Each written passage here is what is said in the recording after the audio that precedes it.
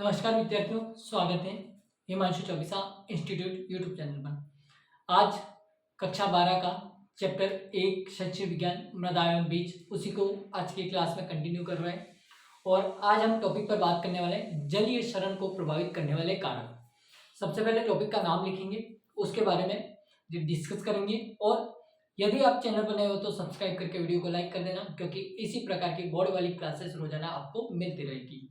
Notes आपको आवश्यकता है नहीं, क्योंकि मैं बोर्ड पर लिखवा रहा हूँ, तो नोट्स की आवश्यकता नहीं होगी। फिर भी नोट्स की आवश्यकता हो तो कमेंट्स करके बताना, ताकि मैं सुविधा करके आपको उपलब्ध करवा सकूं। चलिए बात करते हैं टॉपिक पर, और टॉपिक का नाम लिखते हैं। देखिए यहां पर टॉपिक है हमारे पास में, जलीय शरण को प्रभावित करने वाले कारक। जलीय शरण को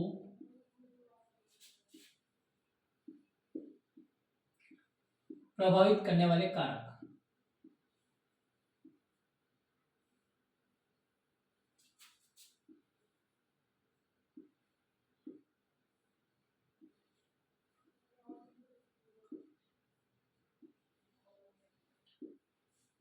ठीक है, ये है आज का हमारा टॉपिक।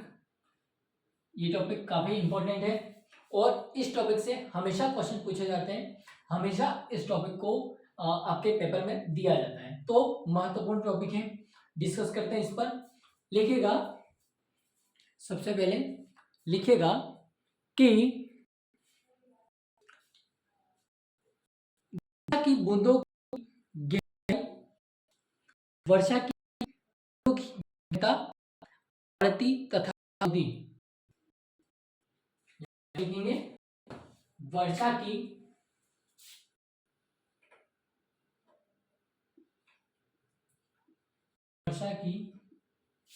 बूंदों की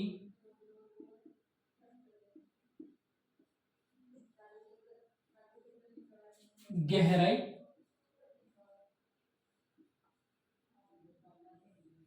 तथा गहनता, वर्षा की बूंदों की गहराई तथा गहनता। लिखिए यहां तक गहनता, या फिर गहराई नहीं लिखो तो भी चलेगा। वर्षा की बूंदों की गहनता, आवृत्ति तथा अवधि। यहां पर लिखेंगे आवृत्ति तथा अवधि।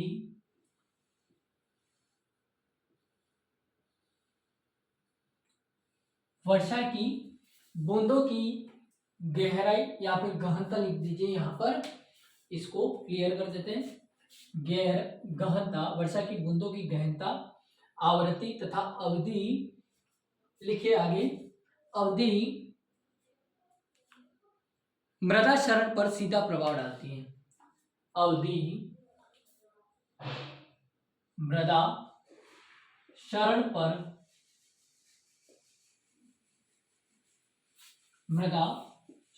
पर सीधा प्रभाव डालती है। लिख लीजिए इसको एक बार, फिर मैं पूरा समझाऊंगा आपको। जैसे यदि वर्षा की गहनता कम हो तथा अवधि अधिक हो तो मृदा कटाव कम होगा। जैसे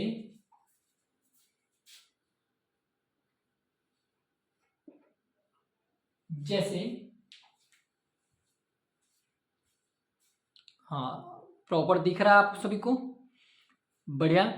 यदि वर्षा की बूंदों की गहनता कम हो, यदि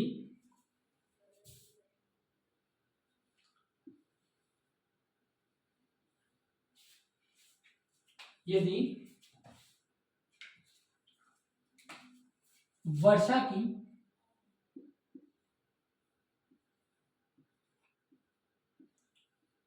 बूंदों की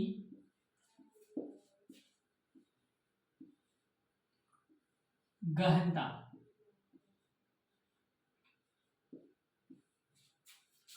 कम हो तथा तथा अवधि अधिक हो तथा अवधि अधिक हो तथा अवधि अधिक हो तो मृदा कटाव कम होगा। मृदा कटाव कम होगा।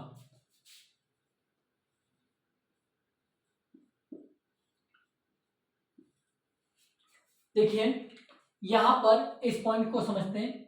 यदि वर्षा की बूंदों की गहनता यानी कि आकार, वर्षा की बूंदों की गहनता यानी कि आकार और वर्षा की बूंदें जो नीचे गिरती हैं उसकी तीव्रता, जिसमें आवृत्ति भी आ जाती है, आवृत्ति यानी कि आकार, तथा अवधि मृदा क्षरण पर क्या करती है, सीधा प्रभाव डालती है। यदि गहनता अधिक होगी, आवृत्ति अधिक होगी तो मृदा क्षरण क्या होगा, अधिक होगा। लेकिन यदि वर्षा की बूंदों की गहनता कम हो तथा अवधि अधिक हो तो मृदा कटाव जो होगा, क्षरण जो होगा वो कम होगा। मृदा कटाव या क्षरण दोनों एक ही बात है। ठीक है, क्लियर होगा पूरा पॉइंट। अब आगे बढ़ते हैं, लिख लीजिए इसे।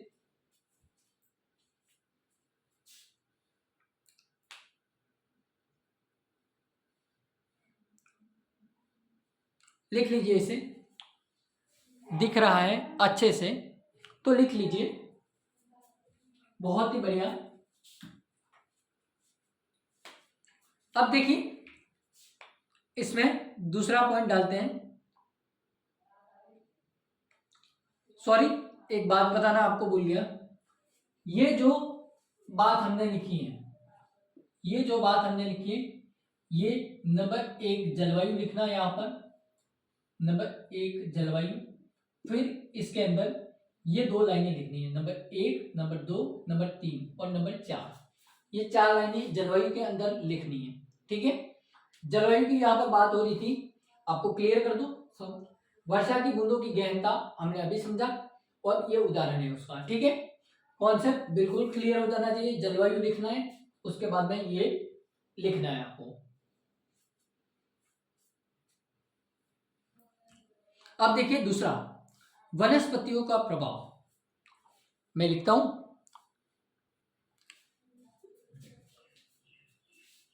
लिखिए नंबर 2 में वनस्पतियों का प्रभाव।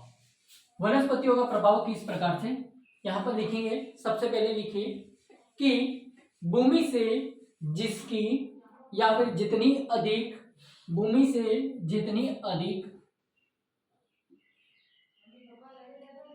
भूमि से जितनी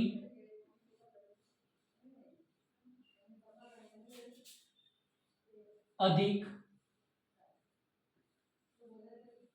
भूमि से जितनी अधिक, भूमि से जितनी अधिक वनस्पति होगी मृदा क्षरण उतना ही कम होगा।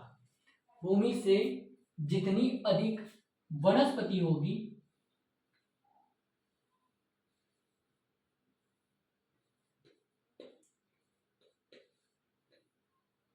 वनस्पति होगी मृदा क्षरण उतना ही कम होगा। मृदा क्षरण उतना ही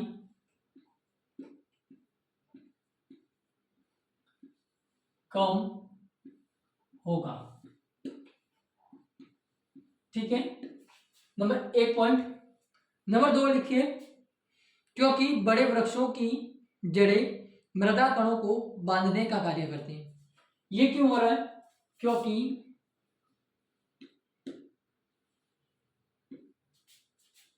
बड़े वृक्षों की जड़ें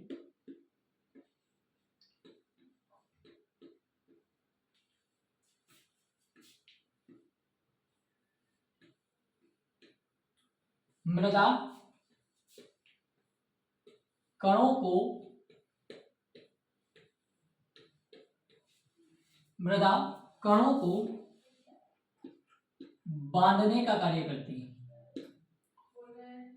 बांधने का कार्य कार्य करती हैं। मृदा कणों कणों को बांधने का कार्य करती हैं। मृदा कणों को बांधने का कार्य करती हैं। उसके बाद में लिखिए यहां पर, मृदा कणों को बांधने का कार्य करती हैं तथा पत्तियां बूंदों की तीव्रता को कम करती हैं। तथा पत्तियां बूंदों की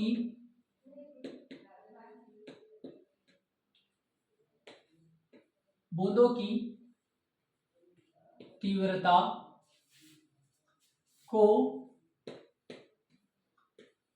कम बूंदों की तीव्रता को कम करती हैं। ठीक है, देखिए मैं साइड में इसलिए जाता हूं ताकि आप वीडियो पॉज करके ये जो मैं लिखा रहा हूं इस चीज को लिख सकें, नोट्स आपके अच्छी तरह से बन सके, इसलिए मैं साइड में जाता हूं ताकि आप स्क्रीनशॉट या वीडियो को रोक कर लिख सकते हैं। ठीक है, तो अब लिख लीजिए, वह छोटी पत्तियां वनस्पति परत, छोटी पत्तियां या फिर वनस्पति परत जल क्षरण को रोकती हैं।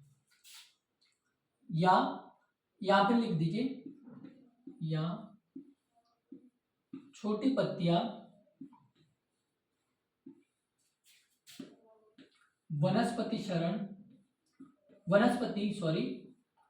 मृदा क्षरण को रोकने का कार्य करती है। मृदा क्षरण को रोकने का कार्य करती है। रोकने का कार्य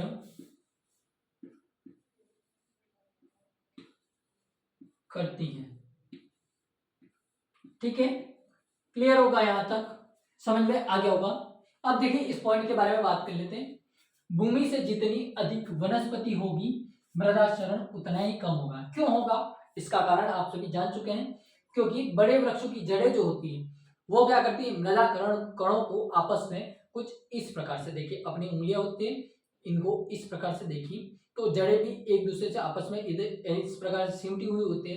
तो उसी प्रकार से ये क्या करती है, जो भूमि वाला जो भाग होता है वो, ये जड़ें जो होती है मृदा कणों को क्या करती है, बांध कर रखती है आपस में।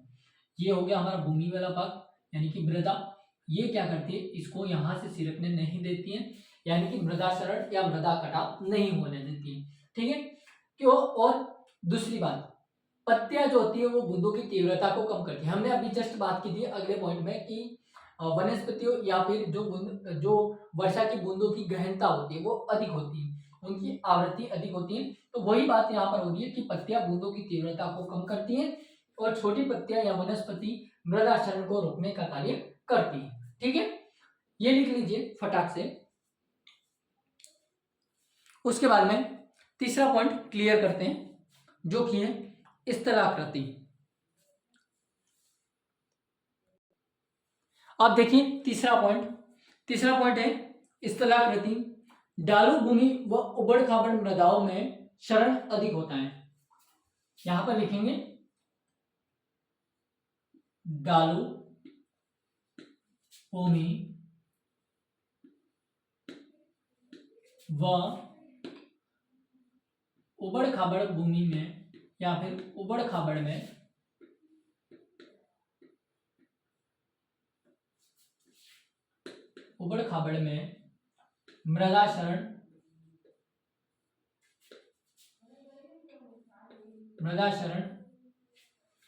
मृदा क्षरण अधिक होता है। ढालू भूमि व उबड़ खाबड़ मृदाओं में या फिर उबड़ खाबड़ में मृदा क्षरण अधिक होता है। ठीक है, ढालू भूमि में पानी बहने की गति तेज होती है। अब लिखिए यहां पर कि ढालू भूमि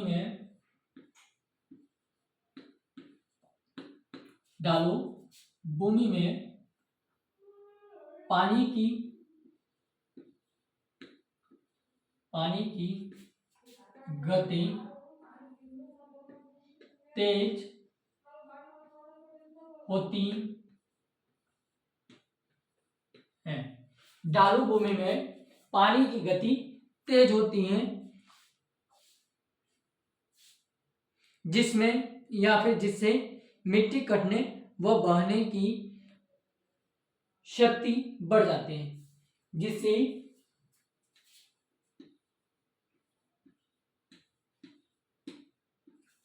मिट्टी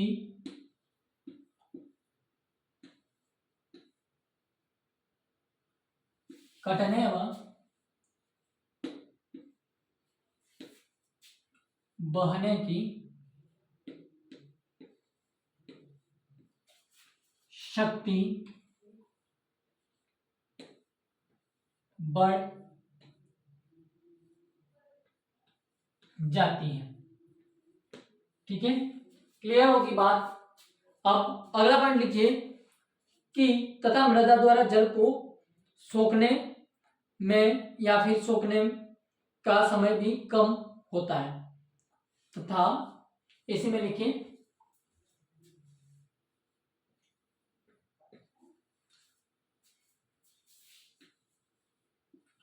मृदा द्वारा जल को सोखने का मृदा द्वारा जल को सोखने का समय भी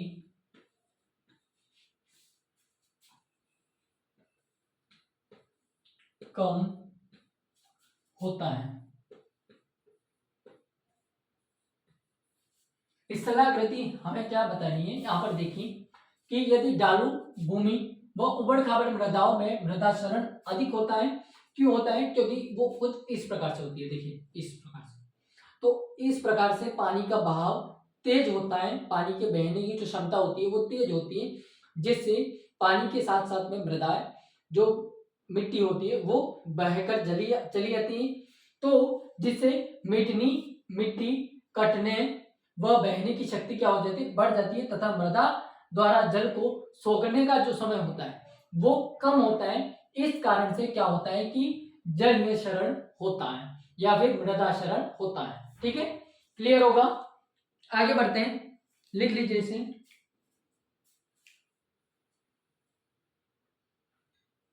अब देखिए नंबर 4 मृदा गुण। मृदा गुण के बारे में यदि विद्यार्थियों बात करें तो इसमें क्या होता है कि बलुई मृदाओं का इसमें सबसे अधिक क्षरण होता है। तो यहां पर हम लिख सकते हैं कि बलुई मृदाओं का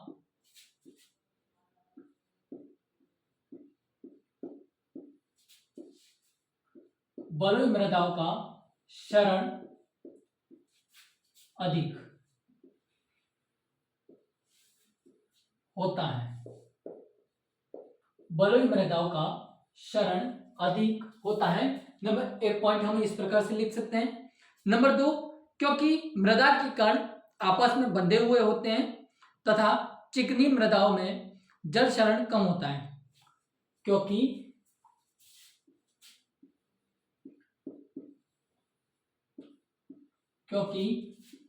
मृदा के कण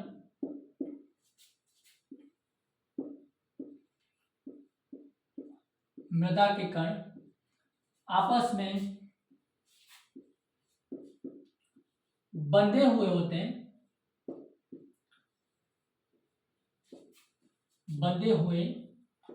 होते हैं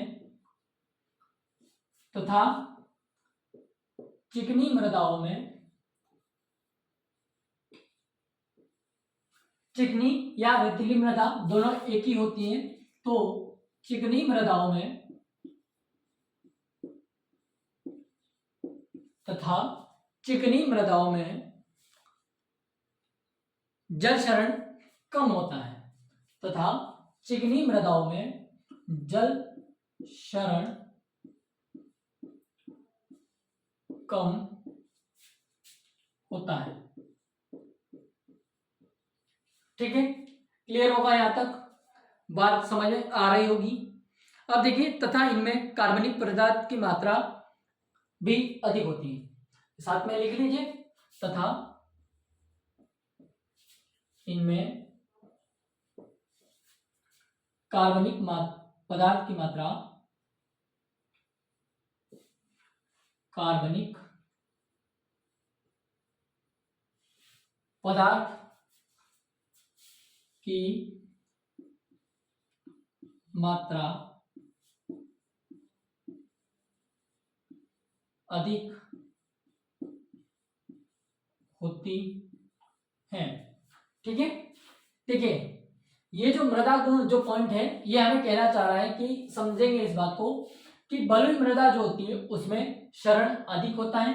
क्यों होता है? क्योंकि मृदा के कण जो होते हैं वो आपस में बंधे हुए होते हैं। देखिए आपने देखा होगा कि अपनी भाषा में कहते हैं डेगले, तो वो जो मिट्टी के जो डेले बने हुए होते हैं, वो जो डेले होते हैं, तो तब उस स्थिति में क्या होता है कि पानी के बहाव के साथ में, बलुई मृदाओं में क्या होता है कि पानी के बहाव के साथ में उस प्रकार के जो मिट्टी के डेले बने हुए होते हैं वो भी साथ में बहकर चले जाते हैं, तथा चिकनी मृदा में ऐसी समस्या नहीं आती है, जिससे क्षरण कम होता है तथा इनमें कार्बनिक पदार्थ की मात्रा अधिक होती है।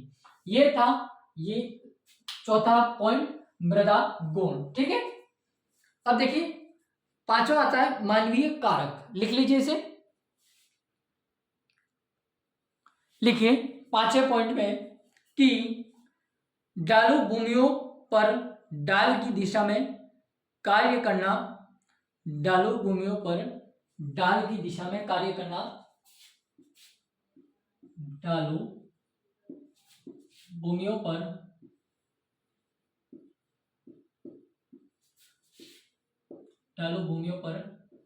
ढाल की दिशा में, ढाल की दिशा में कार्य करना, नंबर 1 पॉइंट। नंबर 2 पॉइंट लिखिए यहां पर, नंबर 2 लिखिए जैविक खाद के प्रयोग के बिना खेती करना, जैविक खाद के बिना खेती करना।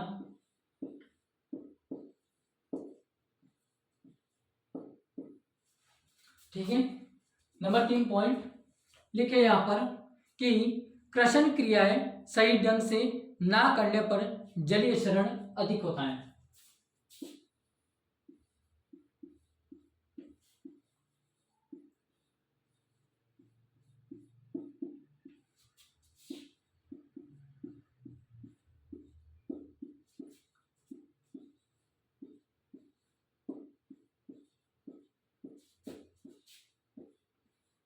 क्षरण अधिक होता है। मानवीय कारक क्या कहना चाह रहे हैं समझिए कि ढालू भूमियों पर ढाल की दिशा में कार्य करना, उसके बाद में हम क्या करते हैं कि जैविक खाद के प्रयोग के बिना ढालू भूमियों में खेती करते हैं, तो नहीं करना चाहिए। कृषण क्रियाएं ढंग से न करने पर ये क्षरण की स्थिति उत्पन्न होती है और क्षरण अधिक होता है। आई होप आज हमने जलीय क्षरण को प्रभावित करने वाले कारक को डिटेल से पढ़ा। उसके बाद में हम कल की क्लास में वायवीय क्षरण जो है, जो हमारे इस मृदा को हानि पहुंचाते हैं, प्रभावित करते हैं, उसके बारे में हम कल की क्लास में डिस्कस करेंगे। तो वायु द्वारा जो क्षरण होता है वो किस प्रकार से होता है उसको कल की क्लास में कंटिन्यू करेंगे। आज की क्लास आपको कैसी लगी मुझे कमेंट्स के माध्यम से जरूर बताना। बाकी हम मिलते हैं नई क्लास के माध्यम से, तब तक के लिए जय हिंद, बाय बाय, वंदे मातरम। ऐसे ही सपोर्ट बनाए रखिए और जल्दी ही अपने जो हिमांशु चौबीसा इंस्टीट्यूट परिवार है इसको बढ़ा कीजिए। धन्यवाद, थैंक यू।